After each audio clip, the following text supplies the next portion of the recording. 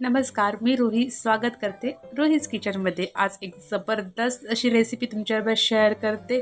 सुंदर टेस्टी, म्हणजे एकदा खाल्लात ना तर तुम्ही सारखी तीच खाल अशी मस्तपैकी सुंदर मसाला वेफर्स पावची रेसिपी आहे।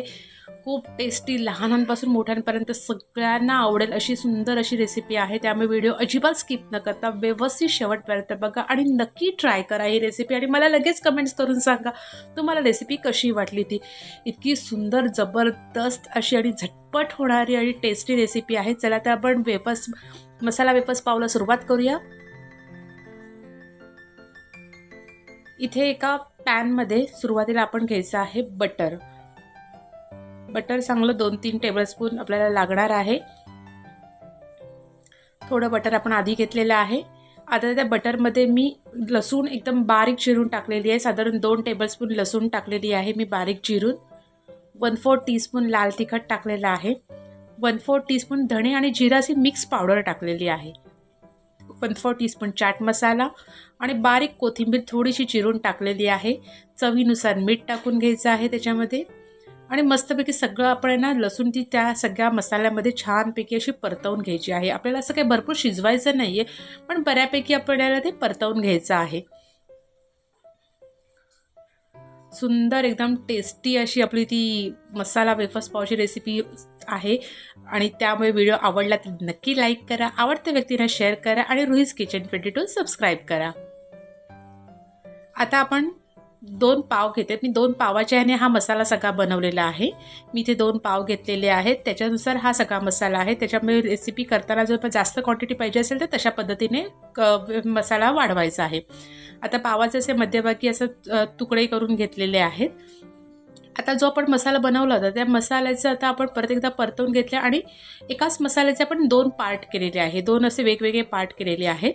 आता अर्धा जो मसाला आपण घेतलेला आहे तर अर्ध्या मसाल्यामध्ये पावाची आतली बाजू आहे ती आपण त्याच्यामध्ये टाकायची आहे आणि तो अर्धा मसाला आपला आहे तो आपण पावाच्या आतल्या बाजूला लावून घ्यायचा आहे।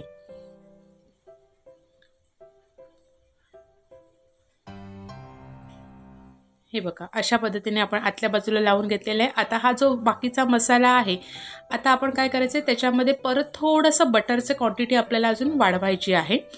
आता इथे आपण थोडा बटर त्याच्यामध्ये टाकून घेऊया आणि परत एकदा जरा मसाला आपण परतवून घेऊया।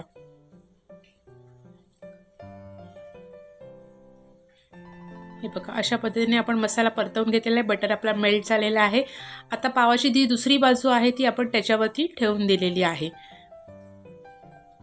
परत एकदा जर असं प्रेस करूया। थोडासा एक्स्ट्रा मसाला असेल तुम्हाला आतल्या बाजूला अजून जरा जास्त लावायचा असेल तर लावलात तरी चालेल। जसं आता पद्धतीने मी थोडासा घेतला आणि असं एक थोडा इकडे लागला नव्हता तिथे मी लावून घेतलेला आहे आणि आता मीडियम फ्लेमवरती अगदी एकदम मीडियम फ्लेमवरती आपण हे त्या पाव गरम करायला ठेवलेले आहेत। आता पावाची जी खालची बाजू असते त्या बाजूवरती आधी आपण कांदा टाकून घ्यायचा आहे। कांदा एकदम बारीक असा उभा चिरून घेतलेला आहे आणि आपण त्याच्यावरती कांदा टाकून घ्यायचा आहे। खूपच सुंदर टेस्टी आहे रेसिपी, त्यामुळे नक्की ट्राय करा।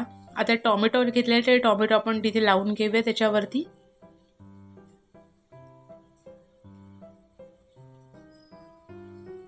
आणि आता आपण इथे लावायचे आहेत वेफर्स। वेफर्स तुम्ही कोणत्याही कंपनीचे घ्या, कोणत्याही फ्लेवरचे घ्या, तुम्हाला ज्या फ्लेवरचे इथे मी मसाला वेफर्स वापरलेले आहेत।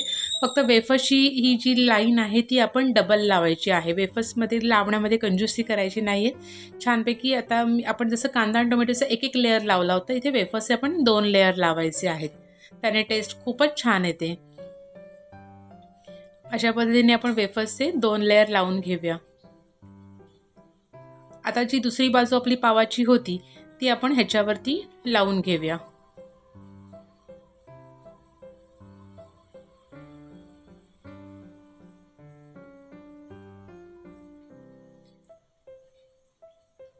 अशा पद्धतीने आपण लावून घेतलेले आहे। आधी आपण हे सगळं आपण आता एकदा प्रेस करून घेऊया, म्हणजे छानपैकी एकदम जोरात प्रेस करायचं नाही की वेफर्सचा चुरा होईल, अलगद प्रेस करायचे, पण छानपैकी असं प्रेस करून आपण ते एका प्लेटमध्ये हे काढून घेतले. आणि एक्स्ट्रा गार्निशिंग एक्स्ट्रा टेस्टसाठी मी त्याच्यावरती चीज टाकून घेतलेलं आहे. ज्याला चीज आवडत नसेल त्याने नाही टाकलं तरीसुद्धा चालेल, पण चीज टाकून खूपच छान लागतं.